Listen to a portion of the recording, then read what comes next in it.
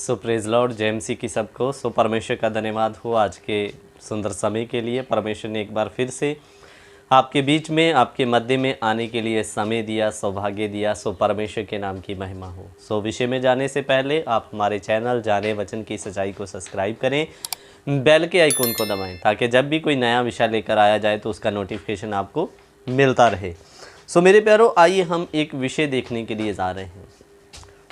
मैंने आपको बताया कि आज मसीह लोगों में भी मूर्ति पूजा तेज़ी से फैलना शुरू हो गया। आप में से बहुत सारे लोग सोचेंगे कि हम तो किसी मूर्ति का पूजा नहीं करते, हम तो किसी मूर्ति के आगे दंडवत नहीं करते, फिर हम कैसे मूर्ति पूजा कर रहे हैं। मैं सभी की बात नहीं कर रहा, लेकिन कितने लोगों के बीच में ये पाप आज भी हो रहा है। एक आयत देखते हैं, फिर हम आगे बढ़ेंगे। निर्गमन की पुस्तक उसका 20 अध्याय, उसका हम 2 से लेकर 4 वचन तक पढ़ेंगे। निर्गमन 20 का 2 से 4 तक।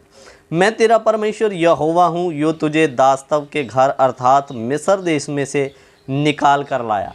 इधर में लिखा, मैं तेरा परमेश्वर यहोवा हूँ जो तुझे दास्तव के घर अर्थात मिस्र देश से निकाल आया। दास्तव यानी जिन लोगों ने तुम्हें गुलाम या दास या नौकर बना के रखा था, मैं उस घर में से तुझे निकाल कर लेकर आया। मेरे प्यारों, आज वर्तमान में मिस्र संसार को बताता है।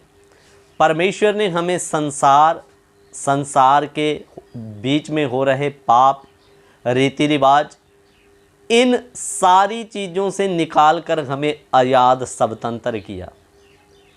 लेकिन दुख की बात, आज कितने मसीह भाई बहन प्रभु में होने के बावजूद, मसीह को जानने के बावजूद, उनके अंदर से अभी दुनिया का रंग नहीं जा रहा। मैं पिछले दिनों में छत्तीसगढ़ राज्य में था।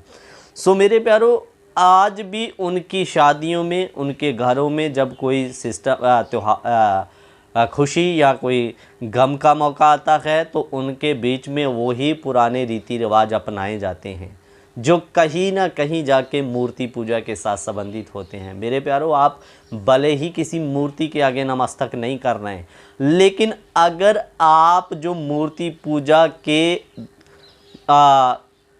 बीच में से निकलकर जो त्यौहार या रीति रिवाज या परंपराएं बनी हैं उनमें शामिल हो रहे हैं, तो वो भी मूर्ति पूजा ही है।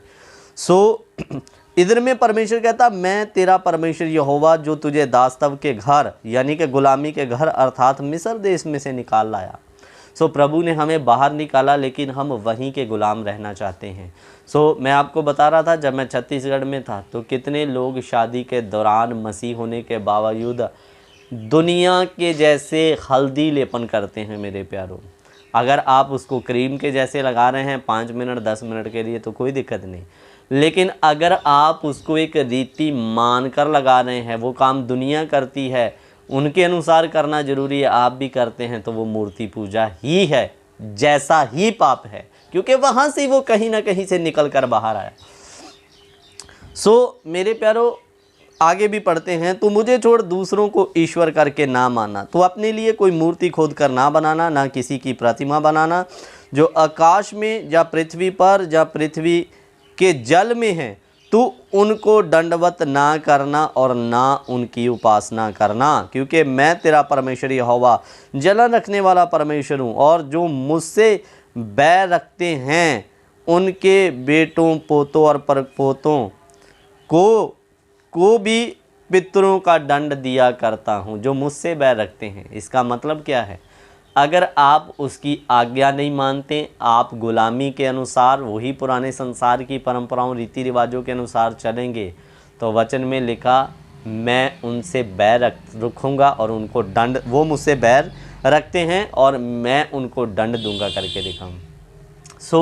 मैं जल्दी समाप्त करूँगा। मेरे प्यारों, ध्यान दीजिए, अगर आप प्रभु में होने के बावजूद आज भी दुनिया की परंपरा रीति रिवाज में फंसे पड़े हैं, तो बाहर आ जाइए। आप मूर्ति पूजा के आगे भले नमस्तक नहीं कर रहे हैं, लेकिन उनके बनाए गए विधि विधान रीति रिवाज के अनुसार चल रहे हैं, तो वो मूर्ति पूजा ही है, क्योंकि आपको उनके विधि विधान के अनुसार नहीं, अगर अनंत जीवन पाना है तो आपको वचन के अनुसार जीवन जीना होगा। हालेलुया। कहने का मतलब आप नमस्तक नहीं करते हैं, लेकिन उनके विधि विधानों की रीति रिवाज और परंपराओं में चल रहे हैं, तो वो सेम पाप है। और दूसरी बात मेरे प्यारों, आज मसीहों में एक भयानक चीज़ें चल रही हैं कि कईयों का भरोसा परमेश्वर पर ना होते हुए गले में डालने वाली एक क्रूस या रोजरी के ऊपर है। मेरे प्यारों, इधर में परमेश्वर ने साफ लिखा, तो किसी की भी मूर्ति खोद कर नहीं बनाना। यीशु शरीर में आया, जान दिया, जान देकर अपना जो उसकी हमें छुड़ाने की प्रतिक्रिया थी पूरा करके चला गया।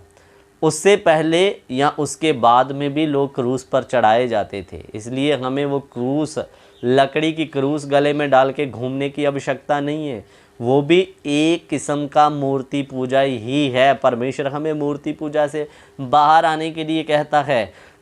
और क्रूस के टैटू शरीर पर खुदवाने, ये कहीं भी वचन हमें अनुमति नहीं देता। आप मूर्ति पूजा जैसा ही पाप कर रहे हैं। एक लास्ट वचन देख के मैं समाप्त करूंगा, ध्यान देकर सुनिए। यशाया उसका 42 अध्याय उसका 8 पद में पढ़ूंगा।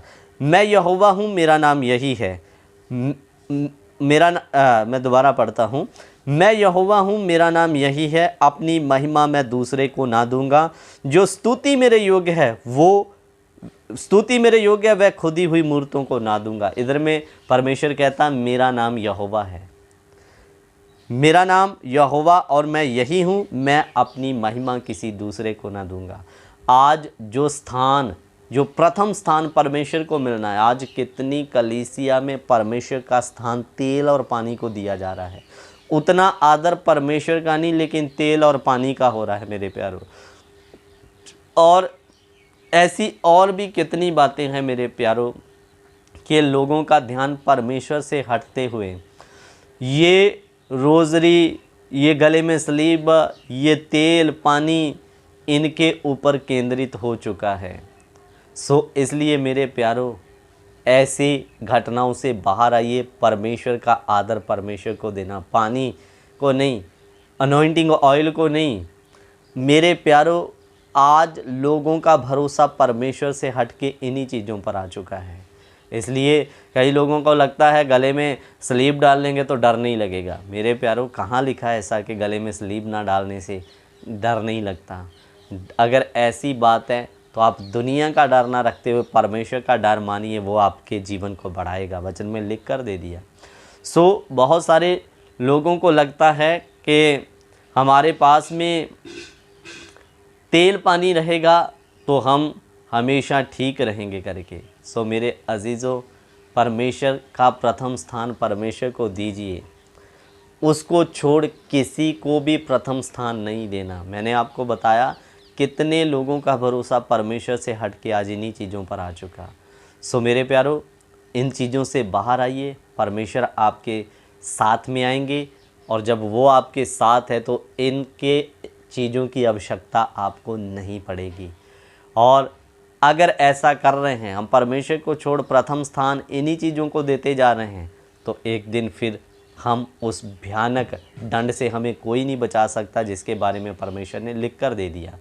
इसलिए परमेश्वर की महिमा परमेश्वर को दीजिए। आज कितनी कलीसियों में, मैं लास्ट बात बोल रहा हूँ, परमेश्वर की महिमा पास्टरों को दिया जाता। पास्टरों के पैर दूध से धोकर विश्वासी लोग पीते हैं, ऐसे भी हैं।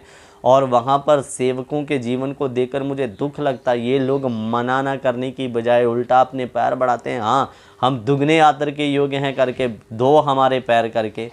मेरे प्यारों, परमेश्वर की महिमा किसी को ना दे, परमेश्वर को दे। इसीलिए वो कहता मैं अपनी महिमा किसी दूसरे को नहीं दूंगा करके।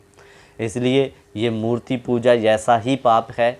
इन चीज़ों से बाहर आइए। अगर आपको समझ में आया तो आप इस विषय को अच्छे से समझे, जानिए। परमेश्वर आप सबको आशीष और बरकत दे। जय मसीह की सबको। God bless you.